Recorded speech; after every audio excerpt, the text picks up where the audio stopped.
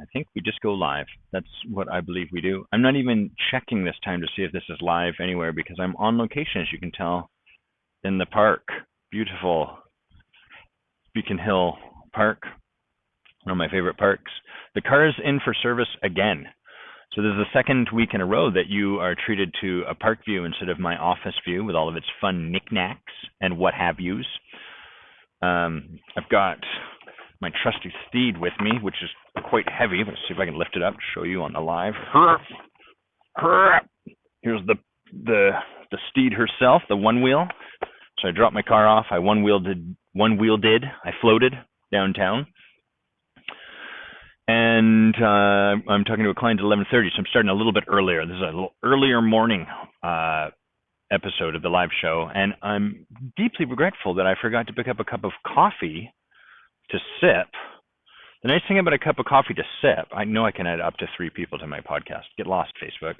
With a cup of coffee to sip, I can pause and sort of, let me think about that point. It gives me a break, but I don't have a cup of coffee, so I might mime it. We'll see. Here's a fun improv tip that I learned from one of my teachers, is when you put something down, if you have a cup of coffee here that you're sipping, maybe give it a swirl. When you set it down with a flourish. He said that sort of emphasizes the placement of it. And so flourish it onto the ground. Hello, Robin. Do you come here often, Robin? Robin lives in the same city that I am. Do you ever come to this lovely park, Beacon Hill Park? I've also got my not super cool bike helmet with me. I purchased a particular helmet. Once I bought the one wheel, I was like, man, I want that to look kind of badass. So I purchased this super cool helmet that looked like a backwards baseball cap. It was a motorcycle helmet, so it had like the cask for your head, and then the bill kind of flipped up. I think they called it the doughboy style. You've seen this where guys curl their brim up. And I was like, that looks so cool. It's going to be awesome. I had this vision of me being a badass. Anyhow, the helmet came, and I was pretty clear pretty quickly, like, I don't know that this helmet actually meets any safety standards. And so I started doing research. That's never a good sign, right? If you're researching if the thing you bought to protect your head from brain trauma, if you're researching to see if it's actually going to protect, probably just a good idea not to use it.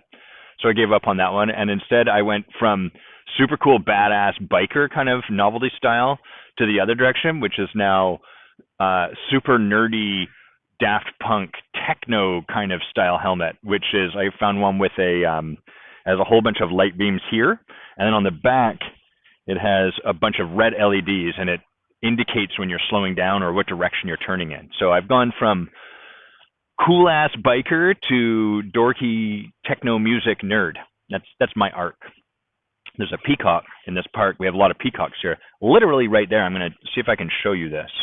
Am I able to turn the camera around? Does it allow me? Nope. So we'll just do it old school style. Where are you, peacock?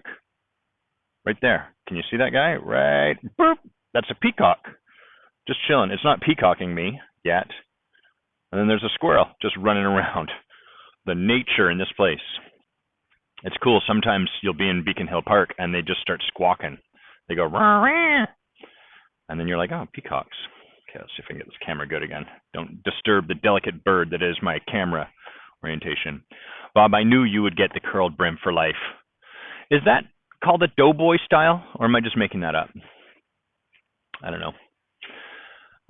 We got lots to talk about. I'm excited for all of it. But before we do, I'm going to do the part of the live where I just talk about nonsense for a little bit. So first things first, I just got my haircut yesterday, and my stylist is awesome. I enjoy talking to her very much. But what I notice after getting my haircut, especially when it's long, is it somehow, I don't know what she's doing with when she's blow drying it or whatnot, but my hair it's left as the consistency of cotton candy. So it's very like floofy. It's quite floofy, and it's like wispy in the wind, and that's annoying to me. So I'm dealing with that. I'm really taking that on in my life right now. That's one of the things that I'm really dealing with. What else has happened this week for me to share? There's not too much. We're kind of in the swing of fall. I head out to Costa Rica to go and sit in ceremony a week from today. So this time Bay is bringing a lot of clients. She's bringing about 6 people down with us. And I don't think I'm taking any clients this time, but I'm going to go and sit in ceremony, and I'm excited about that. The last ceremony was really impactful, and it's been a little bit since we last went down, about 2 months. So, and in that time, I've set up, arranged to start coming down and teaching a little bit, or starting to work with them around that. I'm not going to start teaching yet, but it'll be cool to kind of go and be present and listen through that lens. What do I see there might be to bring, and so on and so forth. Dave says that the physical impacts of his haircut dramatically impact his well-being. Aho, brother, I totally get it. And Robin knows what I'm talking about with the floofiness. You just get, frankly, quite floofy. Who do you think you are launched this week? So our launch date was Monday. A big, huge thank you and gratitude to anyone that bought the book, anyone that participated in the pre-launch, I guess we'll call it a campaign or promotion. I'm really touched and honored by everyone that I guess appreciated or resonates enough with the words that I have that you would purchase a book that I've written. So I'm really, really, really grateful for that. And the way the book launch went is something I want to share, because it's a bit of a story about being able to be with our own greatness and kind of the impact of that. So there's this thing in ontological work meaning your being, and the heart, like really the heart and soul of ontological leadership, and really I would say like pretty much every spiritual practice, but like the heart and soul of it is that who you are simply as yourself is enough. The whole world is constructed to kind of disagree with that. You need to do more, you need to get better grades, you need to prepare for your retirement. There's all of this stuff that's like, yeah, you're here, but you need to make sure you're ready for there. And you also need to get yourself there, and like all of this kind of stuff. So the way the world is set up, it's not malicious, it's not wrong, it's just that our natural kind of learning inclination, if you look out into the world, is like, I'm not enough. I need to be doing more. Ooh, lightning bolt on the, yeah, thanks, Andrew. Andrew's saying the lightning bolt on this hoodie is scroll stopping. This hoodie is an armored hoodie. I've got Kevlar, it's all made of Kevlar. It's got elbow pads, I've got shoulder pads. There's a pad on my back, and this whole gray piece is reflective AF. This is safety gear for the modern man. It's actually quite a comfortable hoodie too. That does me well. I only needed one bout of road rash to decide I'm gonna armor up. So back to what we were talking about, the whole premise of ontological leadership is ultimately, first and foremost, can we get ourselves to a place where we have an experience, not an intellectual understanding, but an actual experience that who I am in this moment is absolutely enough and is of beautiful value. This peacock is like raising his feathers. I'm watching him because I'm going to show you if he does the whole look at me thing. I'm on it. I'm on you, guy. I'm watching you. You do your thing. Who I am is enough, exactly as I am. The whole way the world is set up is like, no, it's not, and I need to rush off and do something. And so what happens is, because of that training we get, we have a hard time kind of being with the reflection of our greatness. I know that doesn't make total sense the way I've said it, so I'm going to elaborate on it. But it's sort of like, if you've ever sat maybe in something like an appreciation circle, or being given a lot of acknowledgement, or had a bunch of people tell you what a difference you make for them, you might have noticed yourself getting a little squirrely, or a little like, this is uncomfortable, or playing it off, or making jokes about it, or like, oh, that you're just being nice, or saying things like, that's so sweet of you. Sidebar, that's so sweet of you is kind of like it's a bit of a shitty way to dismiss someone's like genuine acknowledgement of you. Because by saying that's so sweet of you, first of all, we're kind of like patting them on the head a little bit. It's a little patronizing. And second, 2 peace signs. Second, when I say to someone that's so sweet of you, the implication underneath of that is you're saying that because you are a sweet person, not because what you are saying to me is genuine. It's not always the case, but like, it's a good thing for us to catch, because I hear that a lot, and I often notice like, oh, the energy behind that is you dismiss the acknowledgement I actually gave you, And you put it back over here on me as though, oh, that's nice of you to have said that, Adam. That shows that you're a sweet person. For the record, I'm not. I'm a reptile, and if I give someone acknowledgement, it's definitely not because I'm trying to be sweet. So, if you've ever had this experience where you're being given love and you started to get squirrely about it, that's kind of a little bit of the challenge of being with our greatness. We're kind of trained out of this. And so we have a hard time trusting that we are a gift, that we have a tremendous impact in the world. We have a hard time really letting ourselves be present to the gift that we are. We're trained, that's arrogant, don't blah, blah, blah. So what happened with the book launch was I talked to the Ben, my friend who was helping me with the publishing, and he was saying, one thing you can do is the best way to do it is on the day in question, in order to game Amazon's bestseller status list, which is ultimately just you need 100 people to buy your book on a day. That's literally all there is to it. And I was like, fuck, 100 people, who the hell's going to buy my book like that? So he's like, well, what we typically recommend is sell the book, the Kindle book only, drive sales to one thing, the Kindle, it's very convenient, for 99 cents. I was like, oh, okay, yeah, I guess I could do that. But I had a concern, which is this book is really not, half of it is a reference guide that you would flip back and forth through. So it's not really a Kindle-y kind of book. You can read it that way. There's nothing wrong with it. But I really felt like I don't want people, my concern was people get the Kindle, read, and then stop reading because they're like, oh, this doesn't make sense. And then they wouldn't get the gift of the book the way I intended it. So he said, well, I mean, I guess you could like give away a paperback too or something like that. And I was like, great, that's what I'll do. So the scheme I came up with is buy the Kindle for 99 cents on the launch day, already a great deal, and let us know, we'll send you a free paperback. And in my mind, I kind of diminished the impact, my own impact. I was like, not a lot of people are going to do this, so I'm going to really have to incentivize them to support me. That's kind of my own story, right? And what happened is a whole freaking ton of people supported me. I had some clients send out information about the book to their list, so then all of their people kind of found out about the book. I had a whole bunch of people put up their hand and say, hey, I'd really like to be a part of that. And so I ended up with just a ton of support coming through. And on the launch day, the day in question, I had about, it was like 200 people that bought the book on the day of. 200 people. That's crazy. I was envisioning like we'd maybe be able to get like 50 people to push this rock up the hill, that, and I was like, that'll be just enough. And so what ended up happening was I made a mistake and allowed the book to be pre-sold, which then the way Amazon looks at that is it's as though the book is available on each of these different days. So if not everyone buys, if a bunch of people buy 3 days before and then 2 days before and then 1 day before, that all divides out your sales and it can impact your bestseller status. Didn't matter. 3 days before the book had even gone for sale, like 200 people had bought it. So I was like, wow, that's cool. And then I got the impact of like, oh, here's what happens when you don't trust yourself, Adam. You now, it's not a complaint, it's a beautiful thing, but I've got 200 paperbacks I have to send out. And it's not cheap. Amazon charges a bunch of money for shipping. It's crazy.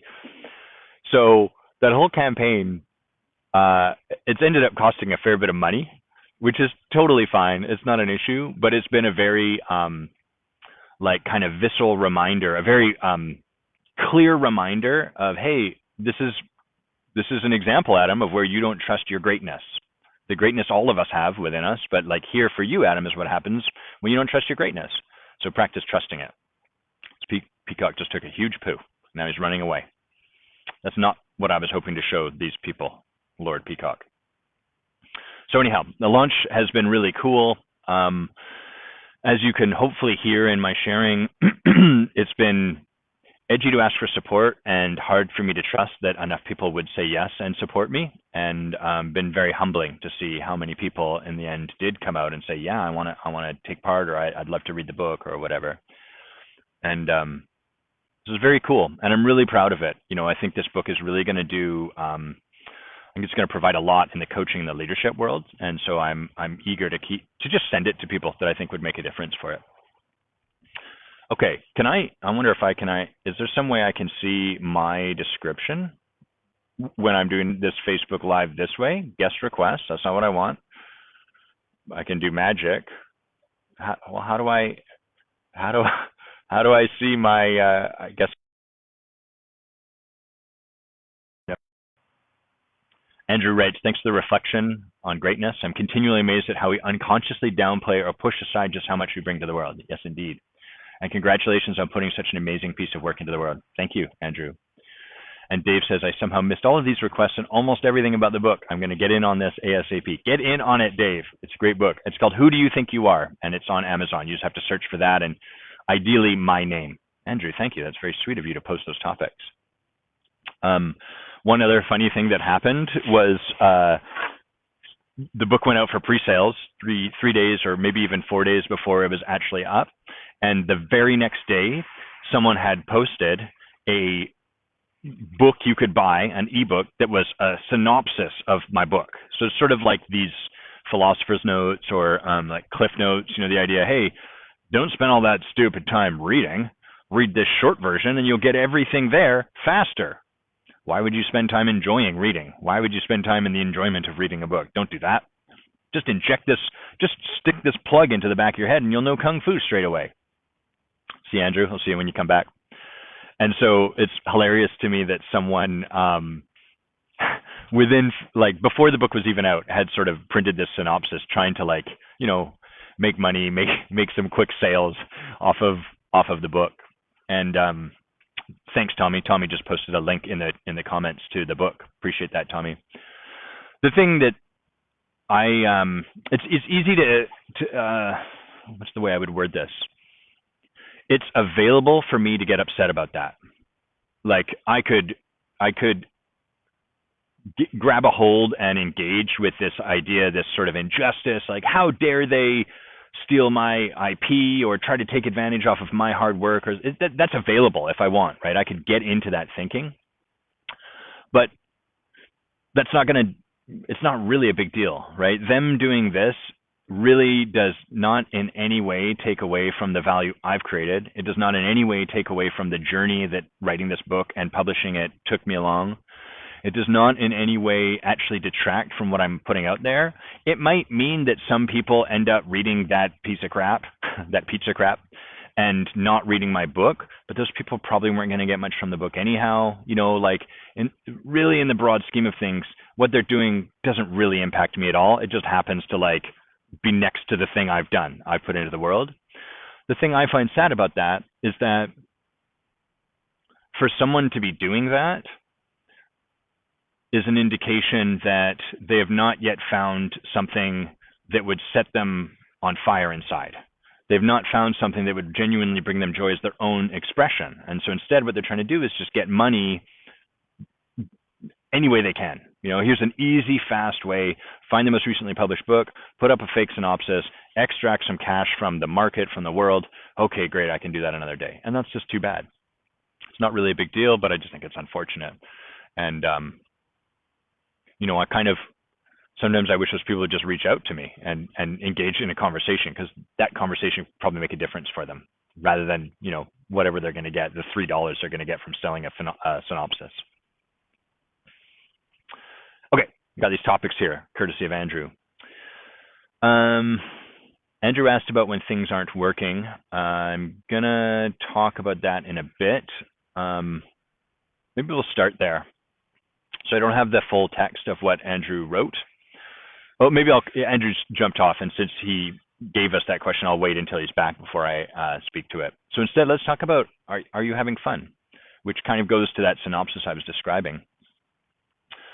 So lately, I've got this one wheel that I showed you on, and it's amazing. I've just found such joy in this sport, I'll call it.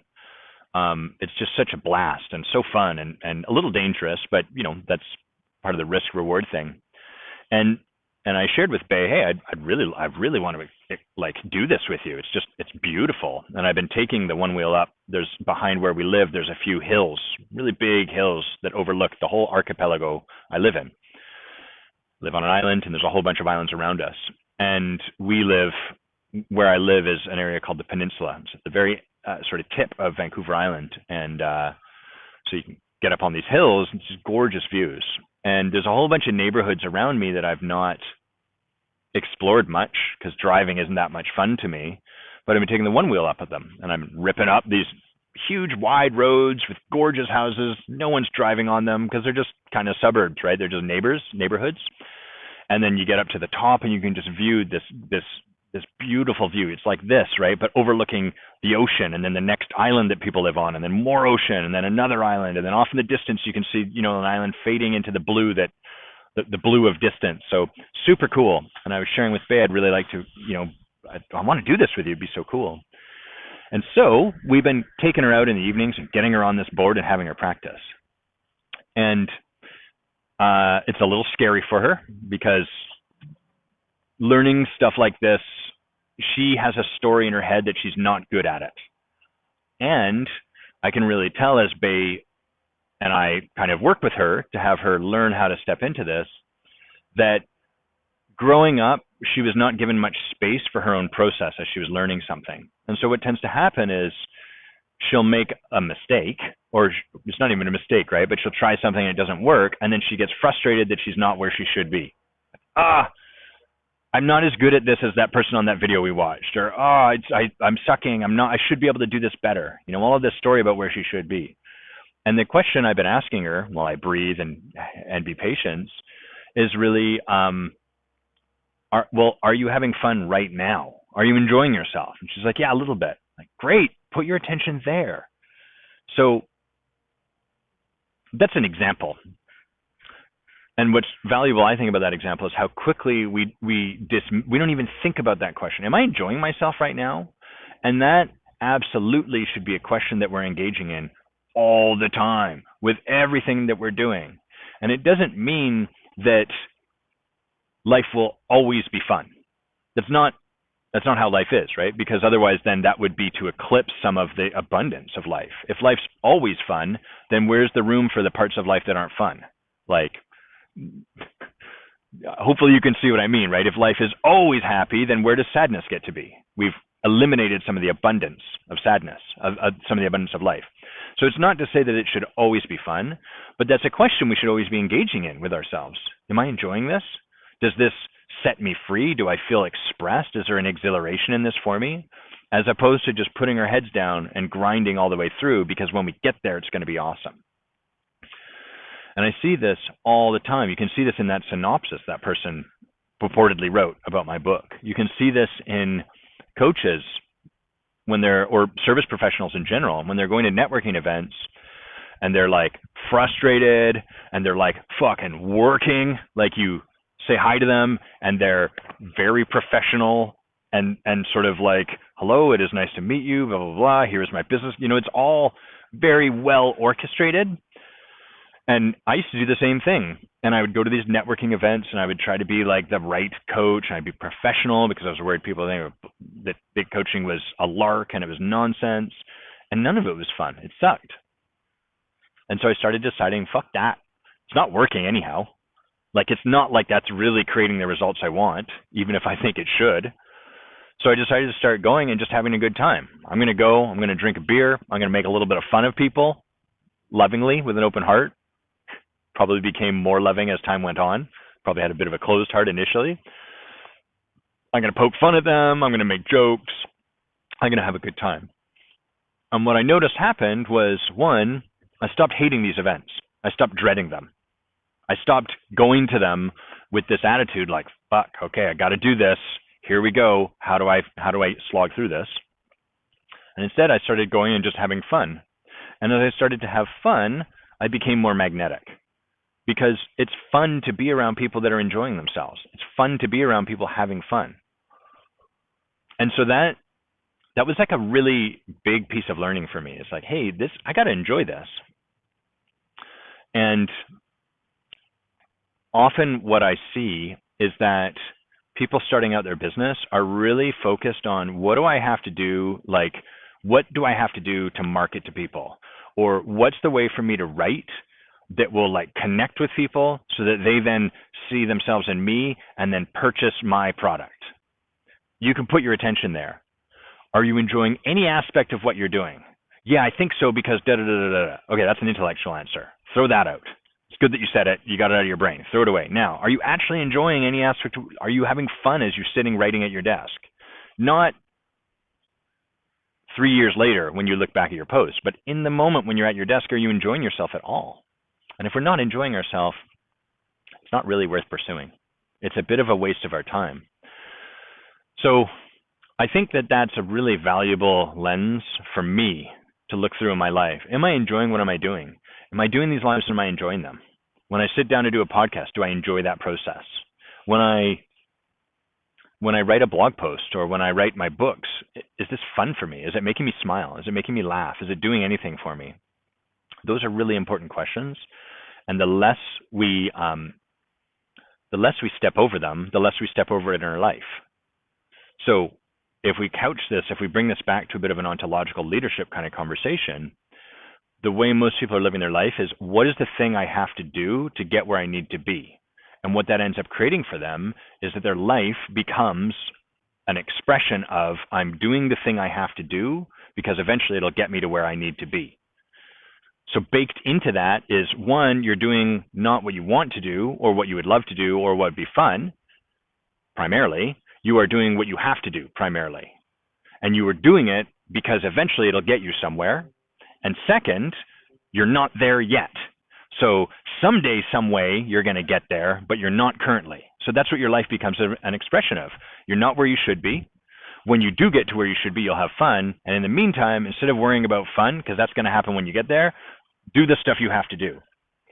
And sometimes we luck out, the stuff we have to do turned out to be a fun thing that one day.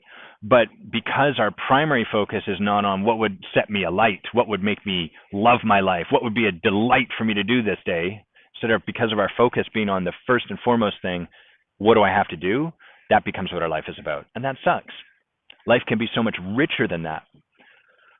We have to start by turning our sight to those questions, to asking that of ourselves. So are you having fun? Let that be a really important, really valuable question to play with. And start to ask yourself, am I enjoying the stuff I'm doing? A really helpful practice in this area is to audit all of the things you do regularly, or all of the things that you think you should do. And does this bring me any enjoyment? If I didn't have to do this, if I didn't think I had to do this, would I continue to do it? Interesting. Okay. See, this is where I want a sip of coffee now and give myself a talking break and a little wetting the whistle, so to speak.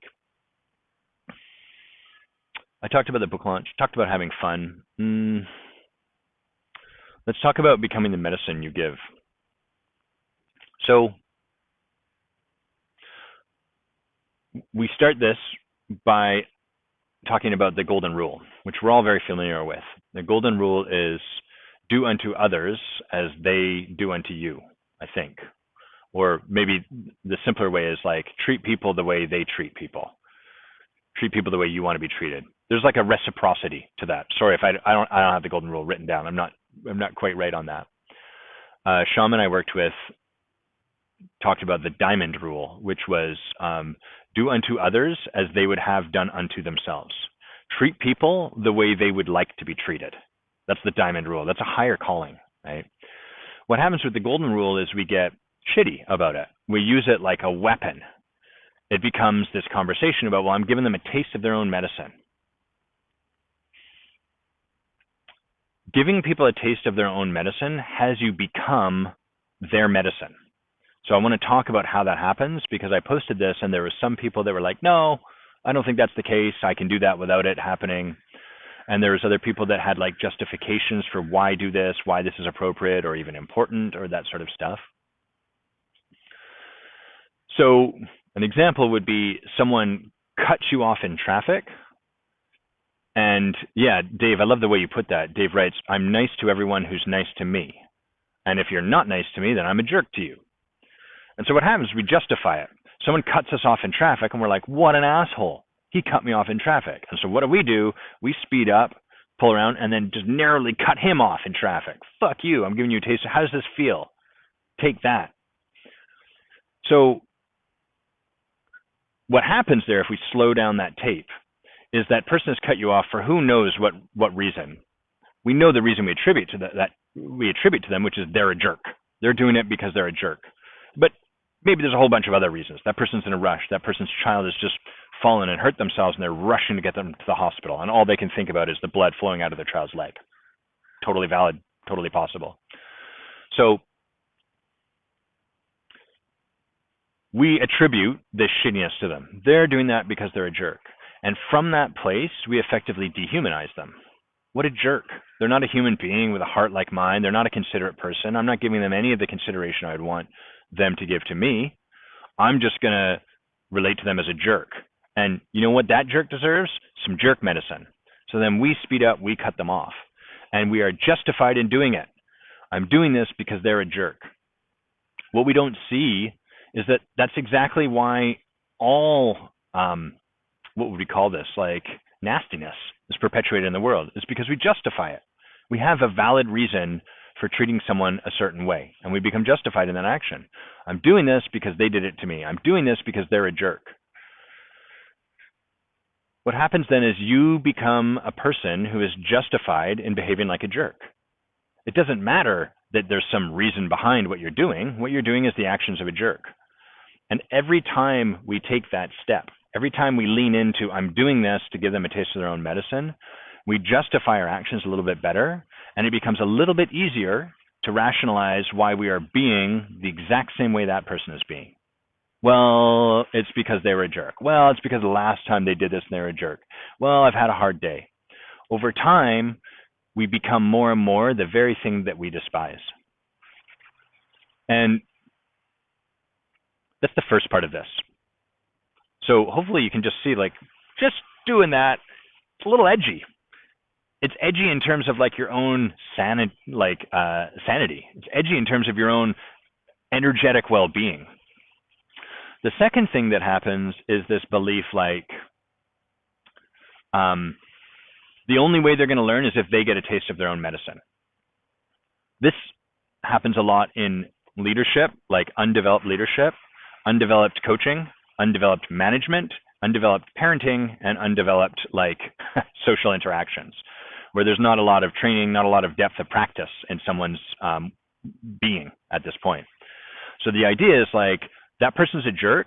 So what is going to make a difference for them is if I hit them back in their own face with their own jerk fist. I'm going to be a jerk to them, and then they're going to see how it feels to be a jerk. The question I think is really helpful to ask in these instances is, what are you wanting from that person you've decided is a jerk? And if you ask that question, often people say stuff like consideration. I want them to be more considerate. Great. Here's your medicine. What would it look like for you to bring them that medicine? What would it look like for you to model consideration in this moment when they have upset you? How could you bring considerateness, consideration, compassion to this person in the moment that they've triggered you?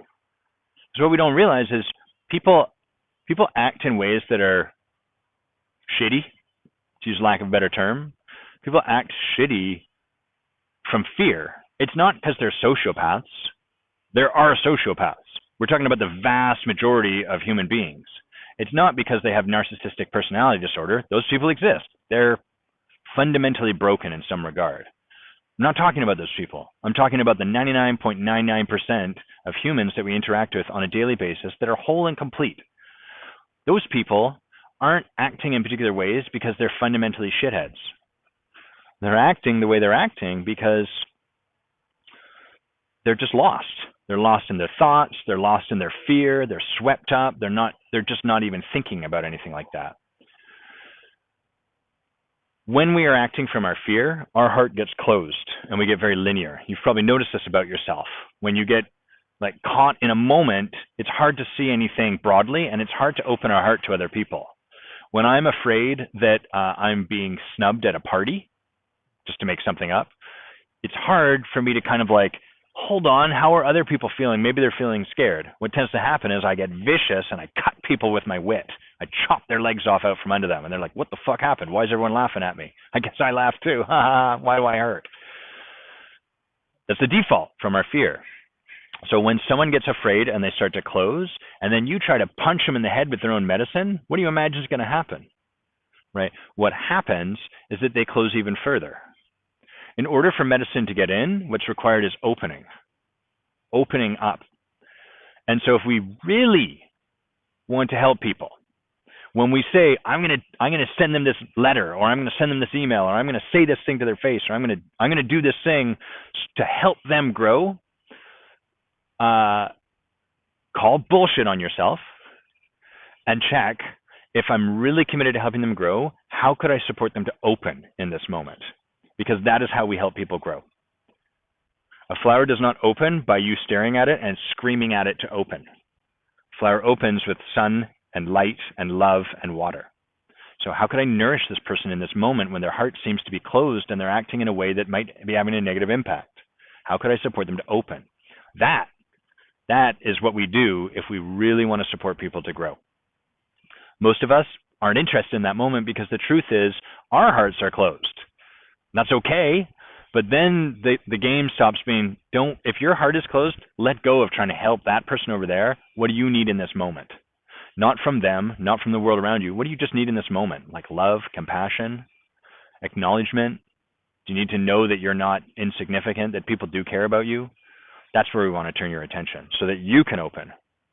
So helping someone move past a point, what tends to happen is the person gets confronted, they close, they have a negative impact on us from their closure, we close, and then if you're listening to the audio, I'm holding two fists up, and from our dual closure, then I, as leader or manager or coach or whatever, try to help you open, which really looks like me punching you in the forehead from my closed heart.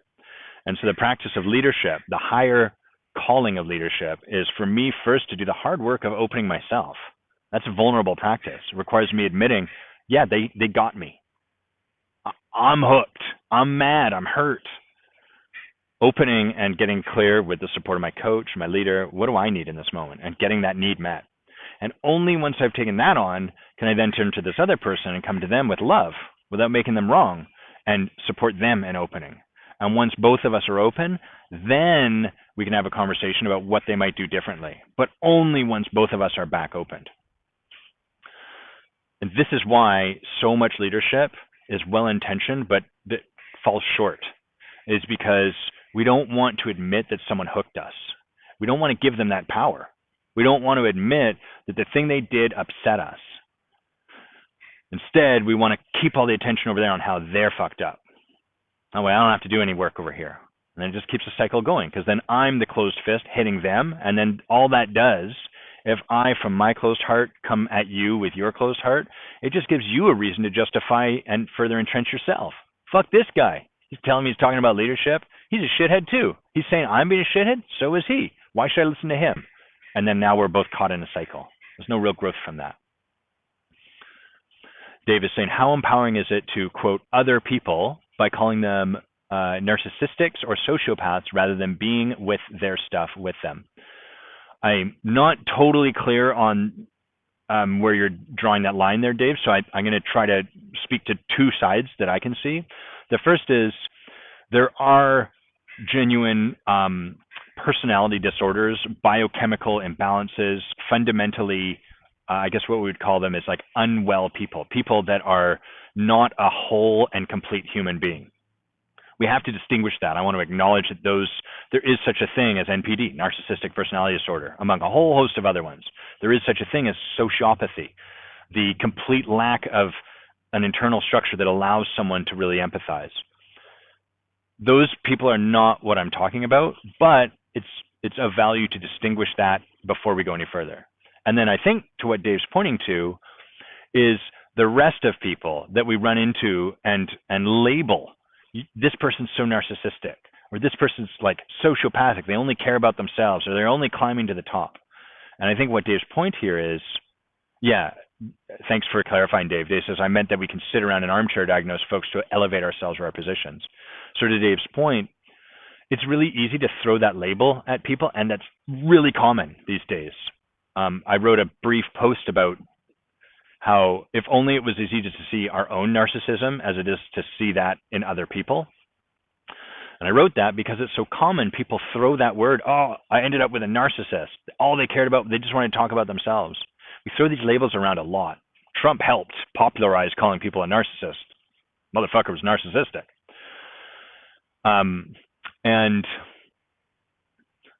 But as soon as we label someone that way, we abdicate our own responsibility for how things are going. Not my fault. Person was a narcissist. What do I have to be responsible for in the future? I'll just make sure I don't end up with any narcissists. Yeah, the real deeper inquiry for someone in that situation would be like, what is it about finding your way into people that take up all the space for themselves that is safe for you? How is that letting you off the hook? What are you getting out of those relationships? What's safe about being able to point the finger at them and say they're a narcissist, it's their fault? What does that stop you from having to take responsibility for in your own life? Those are questions that bring the power back here.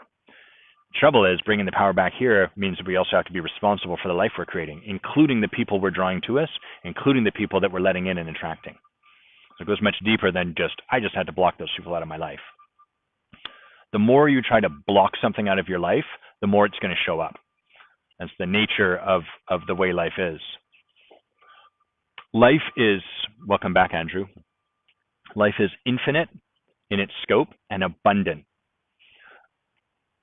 So what that means is, and you've hopefully noticed this just by going out into the world, whatever you don't take issue with, whatever you're comfortable with, if you're all right with people dressing in loud clothing and like coloring their hair brightly, like young teenage kind of culture. It's not exclusively teenagers, but you know what I mean. If you're all right with that, then when you see those people walk by you, it's just going to pass through you. There's no energy around it. You're like, it's cool. Or maybe you don't even notice it, right? It has no hook for you. But if that bothers you, if you're like, teenagers just don't give a fuck anymore. And when I was young, 43-year-old, going to go old here, like when I was young, people dressed respectfully and they pomaded their hair and I don't know, they did whatever. Teenagers these days, I'm going to continue to notice those teenagers as they walk by because there's a hook for me there. So the more frustrated I am about that, the more it sticks to me. My energy about the wrongness of it or the rightness or whatever it happens to be has more of that show up in my life. It's not that those teenagers are running towards me to be like, let's upset old man Adam. It's just that when they do happen, or when the infinitude of life shows up around me, the stuff that sticks is the stuff I have energy around. So what a lot of people then try to do is let's build really good walls so that annoying energy stuff can't get to me. Then I'll be protected from it. But that doesn't work either because life is abundant and you are a product of life and you are in life. So what'll happen is you'll build up these really good walls and you'll be like, yes, finally I can rest. No more of those fucking people that don't care about the appropriate way to look. I feel so relieved. But then you'll go to the grocery store. And now what's happened is because you have shut them out of your life everywhere else, your ability to be with them is even more diminished. It's atrophied, like a muscle that hasn't been used. And so when you go to the grocery store, because you got to go to the grocery store, it's even more glaring. It's driving me nuts. It bothers you even more. And so you decide, fuck that. I'm not going to the grocery store. I'll teach these grocery store thrifties, sobies, you're getting taught a lesson. I'm not going to go to the grocery store for you. So then you start to order your food. But then sure enough, you look out your window and you can see that damn teenager. And so your life becomes smaller and smaller and smaller. The trouble is you're still in life and the abundance of life is still going to get to you. So we always want to notice when what we are doing is creating strategies that allow us to contract, to keep out the parts of life that we don't want to be with, and to recognize that's a game you can play.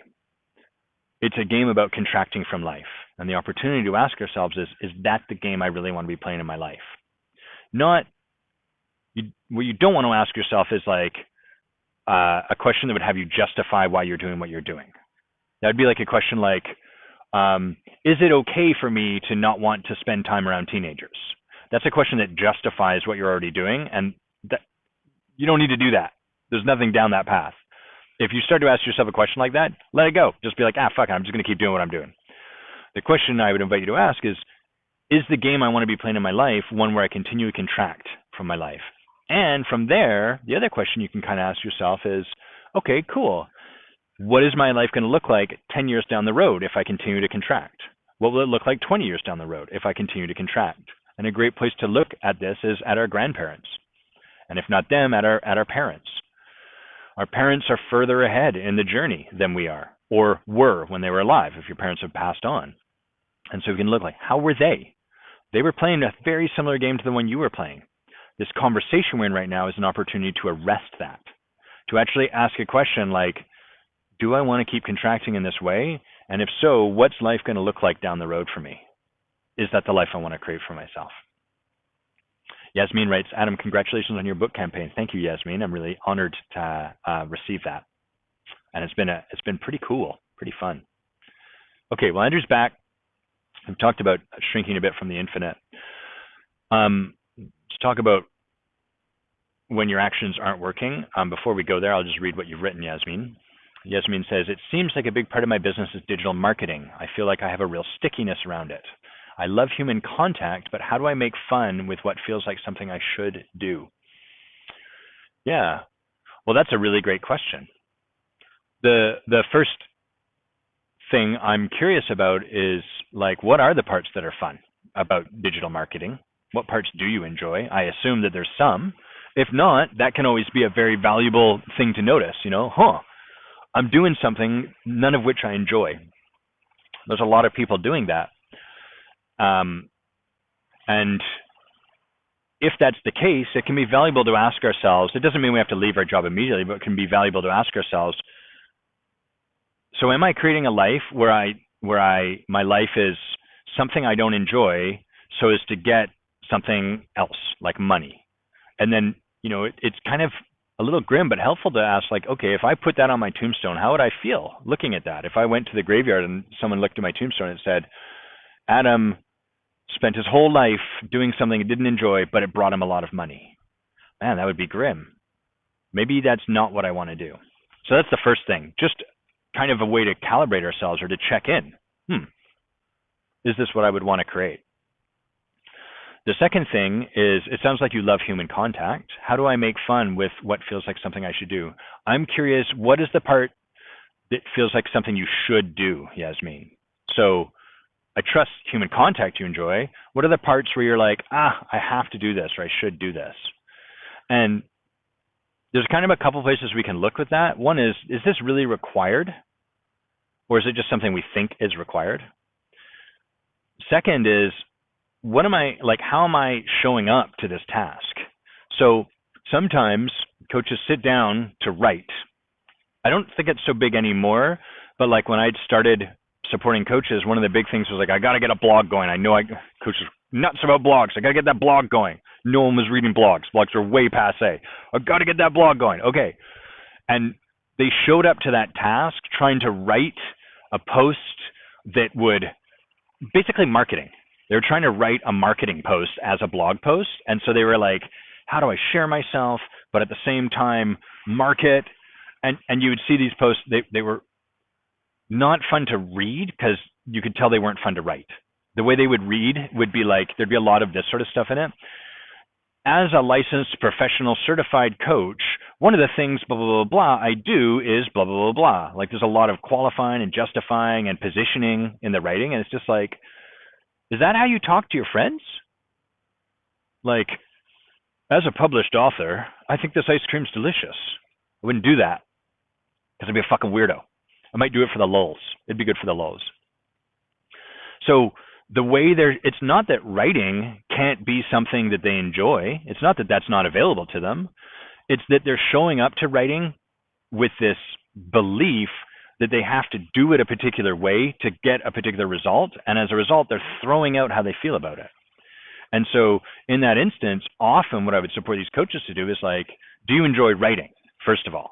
Like, is there any part of you, not what you're writing right now, just in general, do you enjoy the act of writing? Do you like writing? And I'd be like, yeah, it's cool.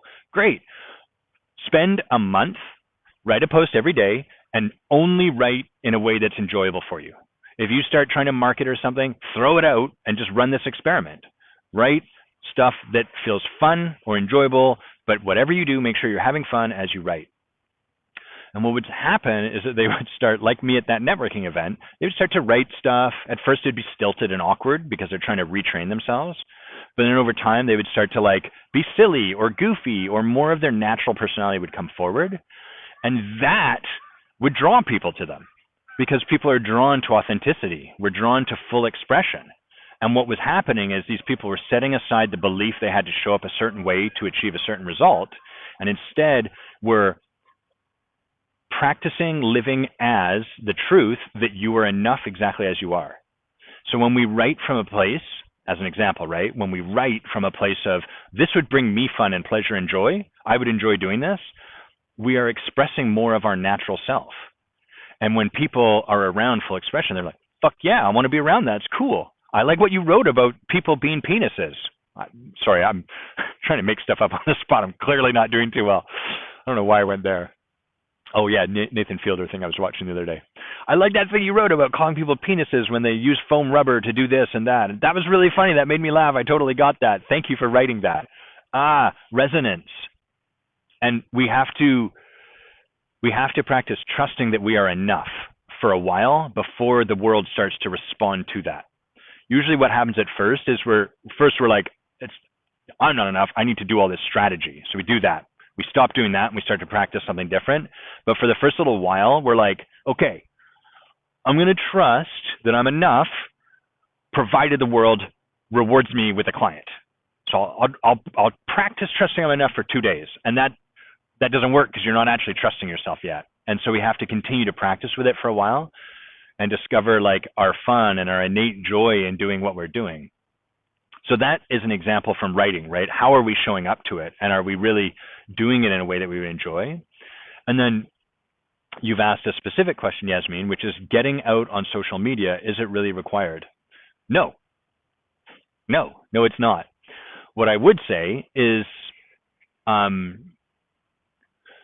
what is required is that we bring ourselves into the world in some way. Now, there's a billion ways you can do that. You can go to yoga classes and you can talk to people. Sorry, there's like a squirrel coming here. I'll just show you this little squirrel man. Where are you, squirrel man? Oh, there he is. Look, he's like, oh man, this is good shit. I don't like social media. What I really like is nuts. Do you have bonus nuts? That's what I want. Adam, is there a way that I could make success? This guy's awesome. He's holding his one fist like this. Are you flexing your biceps at me, homie? Squirrel rules.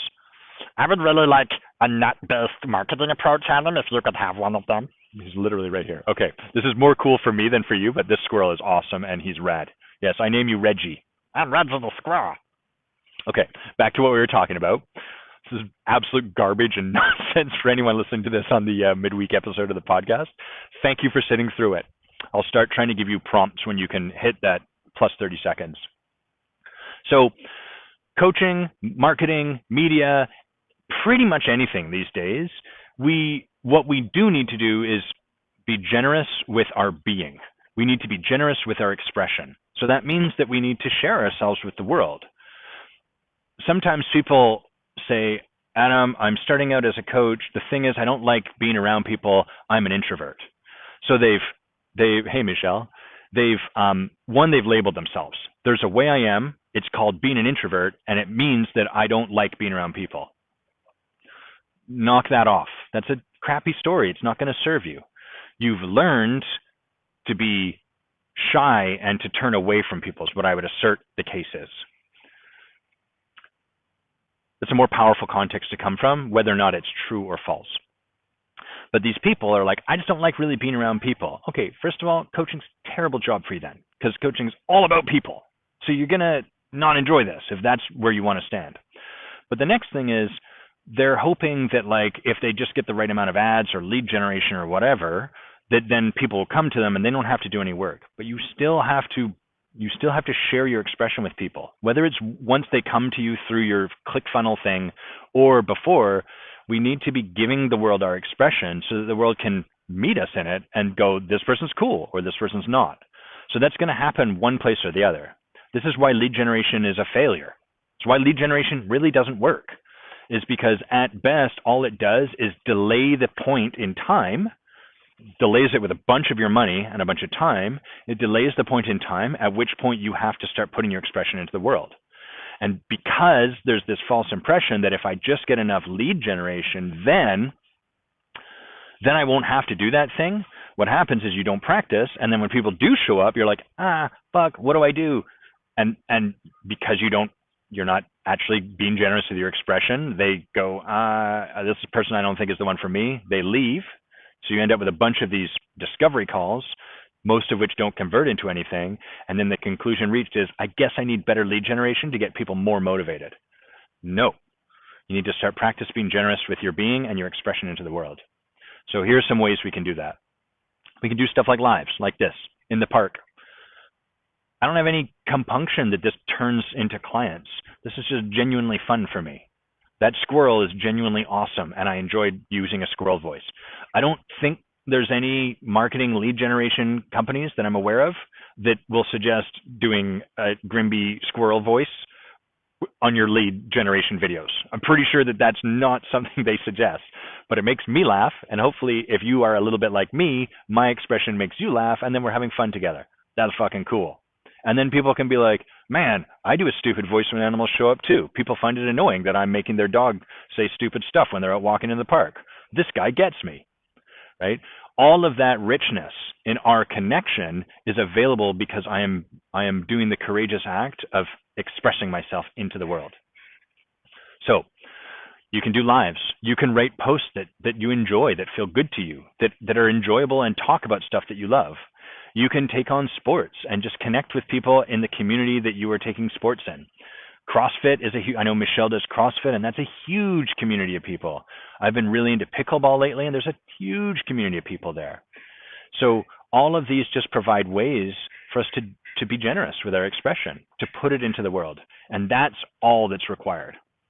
A strategy on social media, I don't think that's necessary. That hasn't proven to be required in my life. Now, having said that, I'm a sample size of one. But most of the people that I support and work with all reach the same conclusion.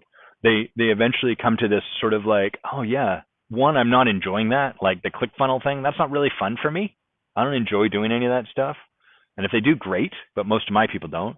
And two, it's just more fun for me to put my attention over here. And I want a life where I'm spending more fun doing fun things. I'm going to do that. So that's what I would say, Yasmin, and I hope that's helpful. Thank you for your question. It's super good. Andrew wrote, this is such a beautiful practice, Andrew. I spent a lot of the beginning years following the marketing strategies on social media, and it's been scripted and really didn't work well. Yeah, I'm going to share a story in my own life about that. Andrew further writes, I've been finding that as of late, I'm bringing more of the things I enjoy and humor into my writing, and it sure has made it way more fun and exciting to do. Yeah. We deserve, or a better way to put it, see more. Come on, open up. There we go. Our birthright is to enjoy ourselves. Life is here for us to enjoy it.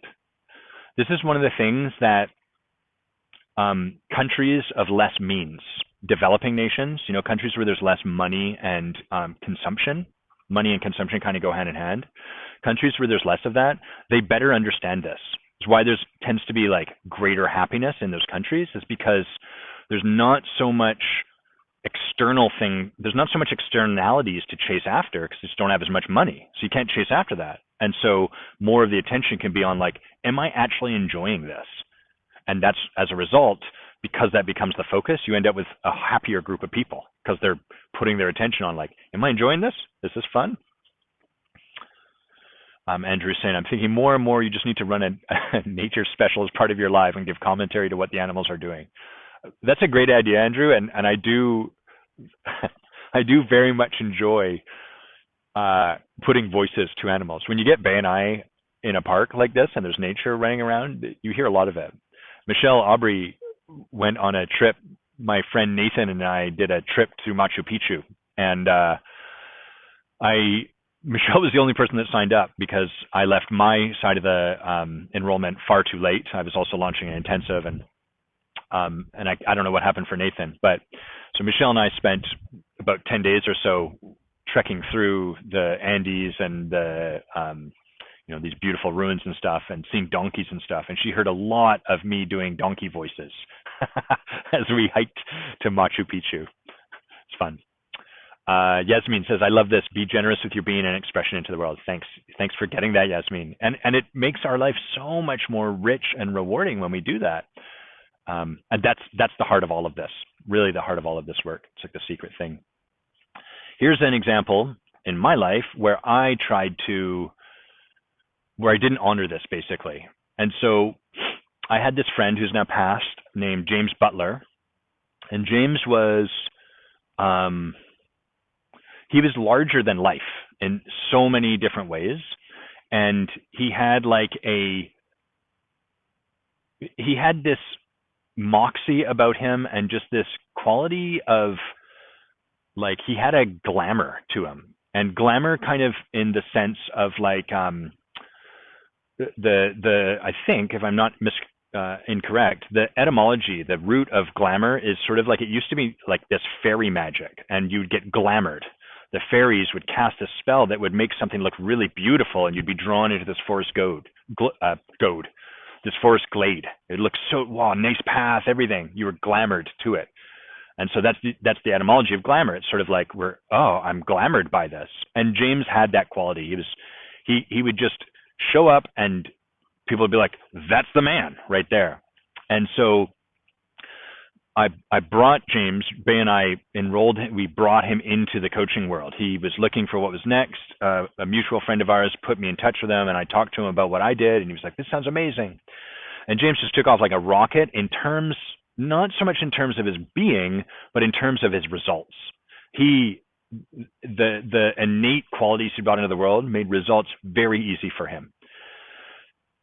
Results were free. Other stuff, real challenge for him. So it doesn't mean he didn't have blind spots. It just means that his natural his natural way of showing up in the world made it automatically easy for him to get results. And so within his first year of being within his first 6 months of coaching training, I think he was making $100,000, and he just kept going up from there. And I think before he'd passed away, he had a client for like $1 million. And another James story was he was on LinkedIn. He would just create magic on LinkedIn. And so the NFL team, the Minnesota Vikings, he just reached out to like someone at the Minnesota Vikings football club and was like, "Hey, you guys been losing a lot of games. Do you want to have a talk and understand why that is?" And the next thing you know, he's being flown down to the stupid fucking NFL team to give them a talk on leadership. Ridiculous. This guy's been a coach for like 12 months. That was who James was. And at this time, my practice was doing good, not amazing. There was lots of work, lots of stuff for me to move out of the way. But I saw some of what James had created, and I wanted it. I envied it a little bit. And I was like, what do you do on LinkedIn? How are you doing that? I was trying to find a strategy, right? I wasn't listening to the advice I'm now providing. And I could go back and give that young Adam, that advice and be like, yeah, fucking, I'm going to do this thing that James is doing. He's making more money. And so James showed me like, oh, here's like an example of the conversation. And then once we set up this thing, I send people an email. And the email was like this form written email that was like, "Dear so-and-so, I want to have a frank, powerful conversation with you. In order to do this, let's blah, blah, blah, blah, blah, blah." And it talked about like, let's be intimate and vulnerable and in the moment with one another. And I was like, great, I'll give that a go. And so I reached out to this random on LinkedIn and kind of awkward, I was fishing basically for a conversation. And so I reached out to him and I was like, "You want to, like," we talked a little bit. There was nothing really there, but I was like, "What about a coaching conversation?" The person was like, "Yeah, sure, whatever." And I then sent them this, we scheduled, and I sent them this email, "Dear so-and-so, blah," like big email. And he wrote back, he said, "It's really interesting that you talk about like a spontaneous, intimate conversation, but you're sending me a form letter." I was just like, that guy got me. He wasn't even being nasty about it. He was just like, "Nah, I'm just calling a spade, man. That's weird." And I was really embarrassed because he was totally right. And whilst that may have worked for James, it so wasn't me. That sending a form letter and setting stuff up like that, all formal, that's something I might do from my fear, that part of me that gets really lawyerly, like let's have everything handled so that there's no risk of anything going off the rails. But like, in terms of like me at my core, my heart, that's not my vibe. And this guy was basically responding to that.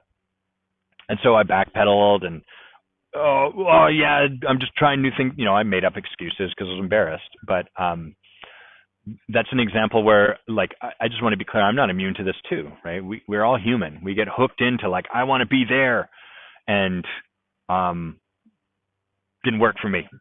Might work for you, probably not, but these are the things. Uh, Yasmin, you're right. I'm losing opportunity for PR jobs because I'm not into the social media aspect. It's the industry. Yeah. Do you want, the question I'm left with is, do you want those PR jobs? If that's is it really an opportunity you're missing out on?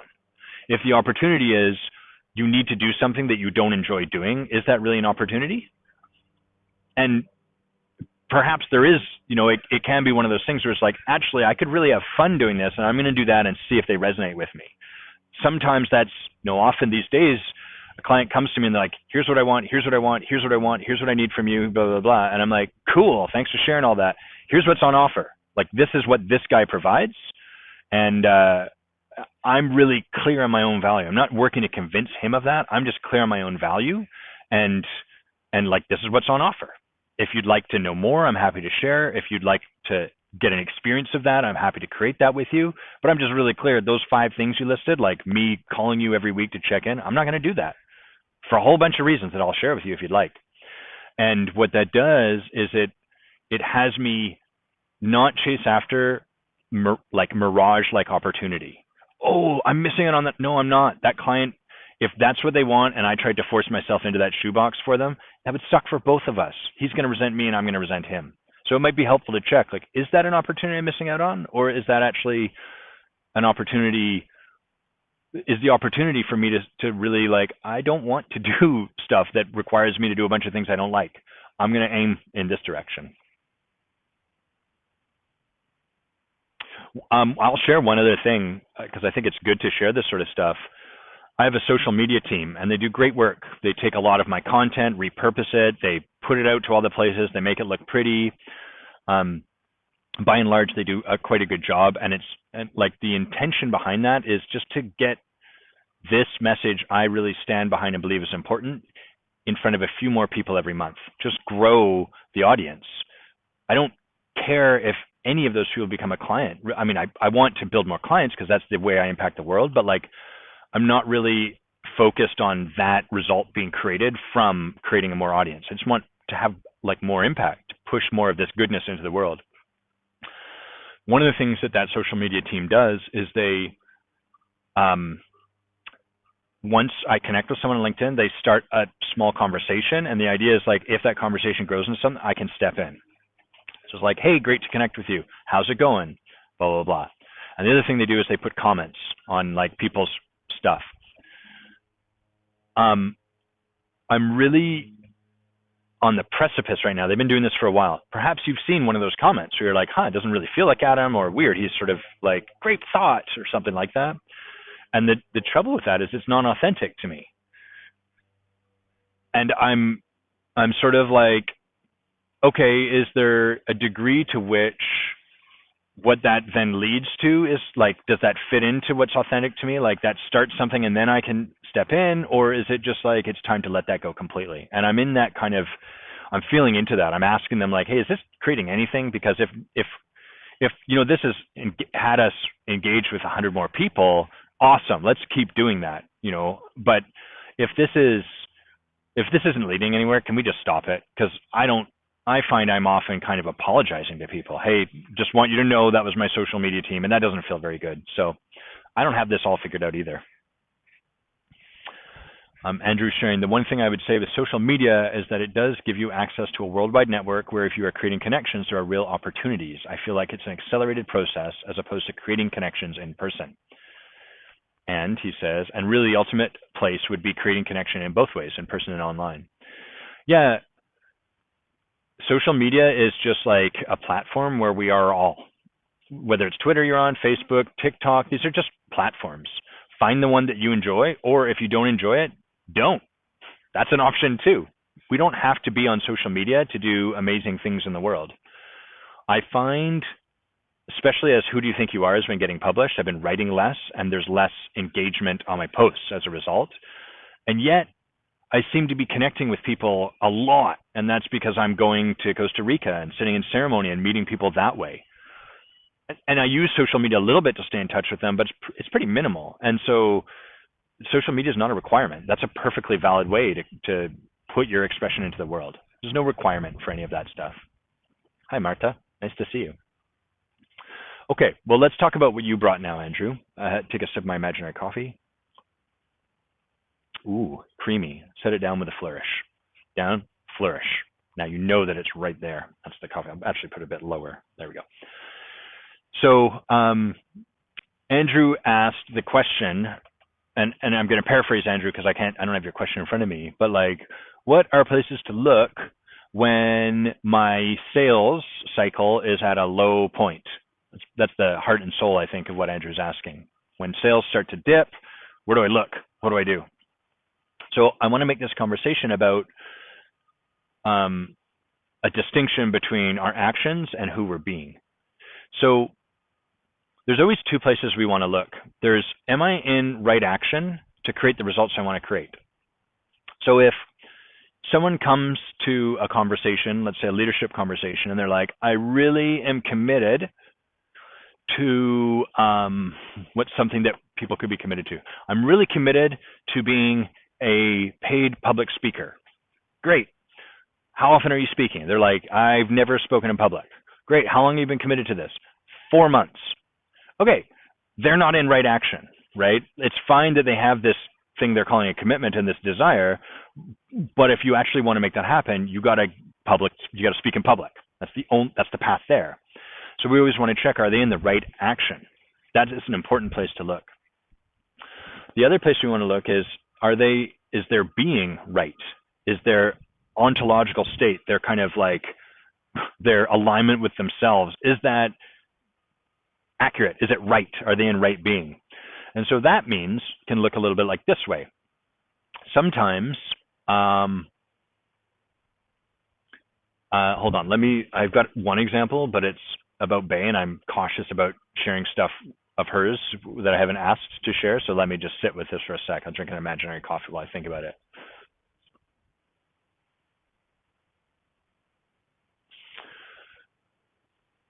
Let's imagine we have someone who's got a childhood, like one of their core fears is that they're irrelevant.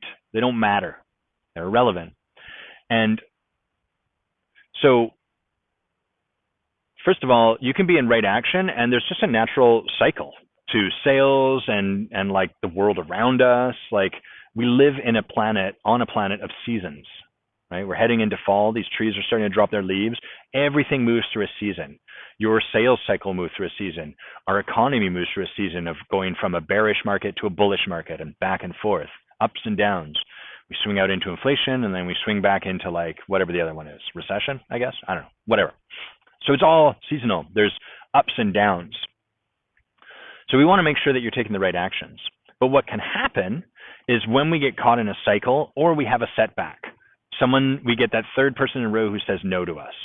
Or we put stuff out into the world like we always do, but it got less back. No one seemed to resonate with it. What that can do is it can hook us. It can trigger our core wounds, and that creates problems.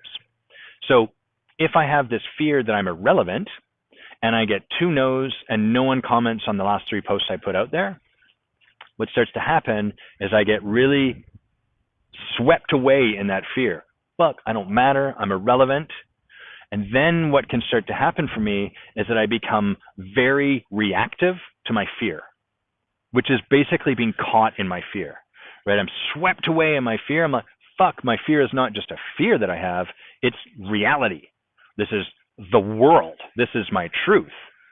And so then what can happen in that place is that I get out of right being. I'm not being aligned with myself, just in integrity with who I am, taking the actions I know to take and trusting things to work out as they work out. I'm getting very like, I need to do something to make sure I'm not irrelevant. So if I was afraid of being irrelevant, if that fear was being poked, I might start to get really obsessive on social media. I might start to log in every day and put 13 likes on every single person's post to make sure that I was getting seen and I was generating something, because then they're going to come back to me. I'm not enjoying any of that. I'm hating it. In fact, it makes me even more fearful, but I'm doing it. I got to do this. This is essential. So we get very like, that energy drawn in. fixated. That's problematic. No amount of action from that place is really going to create the result we want. And even if it does create the result we want, that's actually even worse, because underneath it, what we are learning when we do things that way is the way to create the results I want is by contraction and running from my fear. And so then your life becomes an expression of that. Your life, the story of your life becomes use your fear to contract around and to run away from, and that will get you the results you want. And so then you end up with a life where the bigger the results you want, the more fear required to fuel that, and your life becomes about, like, that fear actually becomes omnipresent. The bigger the game you play in life, the more the fear grows, because that's the contract you've made with yourself unwittingly. So in those situations where it can be like, fuck, things aren't working, I don't know what to do, this is why it's so helpful to have a coach in our corner or a leader in our corner who's works with people ontologically, because they can support us to discern, is this actually a lack of action? Like, is the problem really that you're not going and putting enough? Maybe it is. Maybe you're not in any kind of action. Or is this just a natural, like, where you are is a natural state of being? This is just part of the season that you're in. And what there is for you to do is to take on that internal fear that's getting triggered and really bring that what it needs, rather than trying to arrange your circumstances around you. When someone gets hooked into their fear this way, and we say, like, God, so you're afraid you might be irrelevant, is that right? Yeah. What do you need? What most people answer from is like, I need to get hired 4 times. It's like an external solution. As long as I get some external solution from the world around me, then this internal fear will go away. No. What does that internal fear need? What do you need in terms of your fear that you might be irrelevant? I'm using that as an example to really, like, come back to a state of like, it's okay right now. What do you need in this present moment? Do you need love? Do you need to give yourself a hug? Do you need some acknowledgement from me? What would actually let you breathe a little bit more deeply? Do you need to breathe a little more deeply? So we want to look always right action, right being. And, you know, Andrew, the simple answer to your question, absent anything else, because you haven't provided too much in the way of details, is I would suggest bringing this to a coach. Saying like, hey, I'm not totally clear. I think I'm in the right amount of action, but things aren't totally working. And what that does is it lets us first get clear, like, where is there for us to have our attention? Is it like being, or is it action? And then we can start to build from there. Until we know that thing, action tends to be a little bit like if you're on ice and you're running as fast as you can and you're not going anywhere. And then so we're like, look, I'm not going anywhere. I'm late for that important date. I need to run even faster. Maybe I need to get some wheels under me and an engine, and then I can really go. And all of that energy just keeps us stuck on the ice. What there's to do when you're stuck on ice is to stop, breathe, take a moment to pause, and then slowly, once we can do that, we can see like, oh, all of this action's crazy. It's not doing anything for me. I just need to walk slowly off this ice. And then we do that, and then we can start to pick up traction, no pun intended, in our lives and moving forward again from there. So that's the work. That's why it's so important to work in both of these spheres, right action, right being.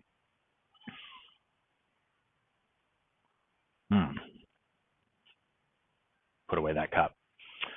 I think that's everything that I've got for you guys today. I'm just going to read what you've written, Andrew. There might be a little bit more to add. So Andrew writes, I think one of the things I'm noticing is that this drop in enrollment over multiple months is not a first-time thing. It's been a pattern.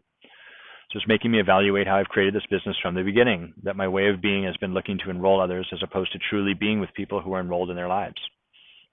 Seems like a great place to look. I don't know that I have anything to add to that right now.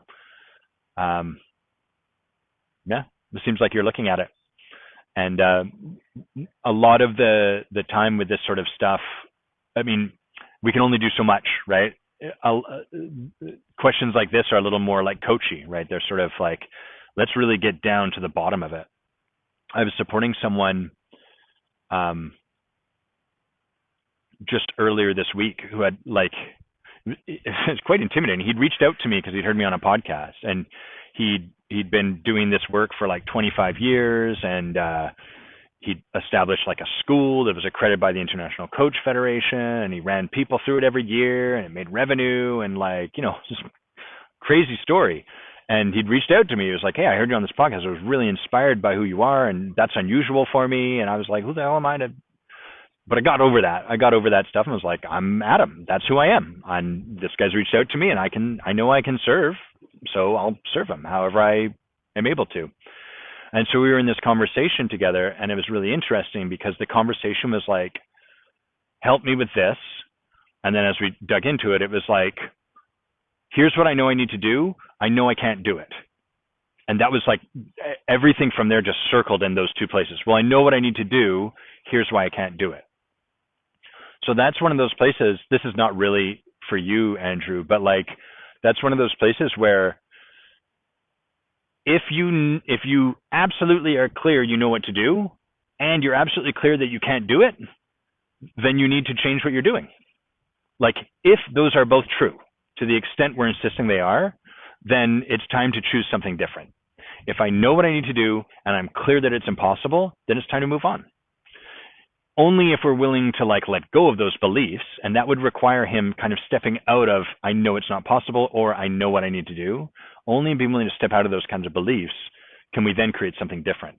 And so a lot of my coaching with him was, it was kind of neat, was not solving any of that for him. Just like looking from where here, being like, seems like you're playing an unwinnable game. Be like, well, yeah.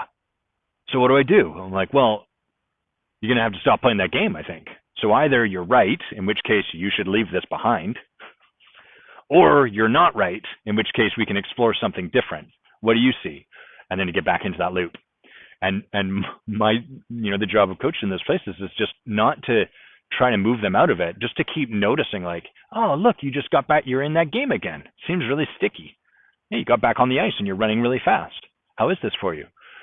And as you keep helping someone see themselves do that, eventually they'll be able to notice themselves stepping into it and choose something different. But that takes time. Hey, Mia, nice to see you.